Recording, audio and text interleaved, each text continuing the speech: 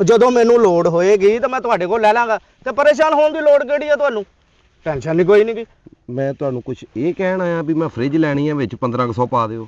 ਉਹ ਮੈਂ ਤੁਹਾਡੇ ਨਾਲ ਤੁਹਾਡੀ ਭੈਣ ਦੇ ਵਿਆਹ ਦੀ ਗੱਲ ਕਰਨ ਆਇਆ। ਯਾ ਅੱਲਾ ਕਿੰਨਾ 'ਚ ਫਸ ਗਿਆ। ਸਾਦੀਆ ਕਹਿੰਦੀ ਸੀ ਪਿਓ ਕੋ ਚਲ ਜਾ, ਉਹਨੂੰ ਗੱਲ ਕਰਾਂ ਕੋਈ ਹੋਰ ਕਰੀ ਜਾਂਦਾ, ਇਹਦੇ ਕੋਲ ਆਇਆ ਇਹਨਾਂ ਗੱਲ ਕਰਦਾ, ਅੱਗੋਂ ਕੁਝ ਹੋਰ ਕਰੀ ਜਾਂਦੇ ਆ। ਤੁਹਾਡਾ ਬੇੜਾ ਗਰਕ ਹੋ ਜਾਵੇ ਤੁਹਾਡਾ। ਉਹ ਰਾਤੀ ਸਾਲਣ ਪਕਾਇਆ ਸੀਗਾ ਗੋਭੀ ਦਾ, ਅੱਛਾ, ਵਿੱਚ ਪਾਈ ਮੁਰਗੀ, ਇੰਨਾ ਸਵਾਦੀ ਲੱਗਾ, ਸਾਰਾ ਖਾ ਗਏ। ਜੇ ਬਚ ਗਿਆ ਹੁੰਦਾ ਤਾਂ ਤੈਨੂੰ ਅਸੀਂ ਦੇ ਦੇਣੀ ਸੀ ਕੌਲੀ ਇੱਕ।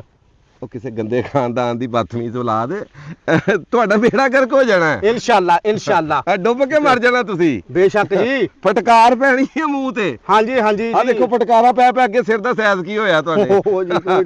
ਬੇੜੇ ਮੂੰਹ ਕੁੱਤਾ ਕੰਧ ਤੋਂ ਸੁੱਟਿਆ ਹੁੰਦਾ। ਹਾਂਜੀ ਹਾਂਜੀ, ਰਹਿਮਤ ਆ ਜੀ ਉਹਦੀ। ਪੂਰਾ ਖਾਨਦਾਨ ਹੀ ਗੰਦਾ। ਆ ਸਾਰੇ ਹੀ ਕਹਿਣ ਦੇ ਆ ਜੀ, ਸ਼ੁਕਰ ਹੈ ਮਾਲਕ ਦਾ।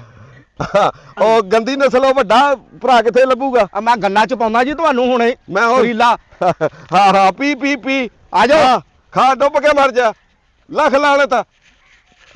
ਰਸਤਾ ਪੁੱਛਦਾ ਪੁੱਛਦਾ ਹੀ ਚਲਾ ਗਿਆ ਵਾ। ਕੀ ਬਣੂਗਾ ਯਾਰ? ਮੈਨੂੰ ਲੱਗਦਾ ਮੈਨੂੰ ਕੁੜੀ ਨੂੰ ਦੌੜਾ ਕੇ ਲੈ ਕੇ ਜਾਣਾ ਪੈਣਾ। ਇਹ ਤੇ ਪਿਓ ਪੁੱਤਾਂ ਦੀ ਕੋਈ ਸਮਝ ਨਹੀਂ ਲੱਗਣ ਦਈ। ਹੁਣ ਵੇਖਦਾ ਵੱਡਾ ਭਰਾ ਕਿੱਥੇ ਇਹਦਾ।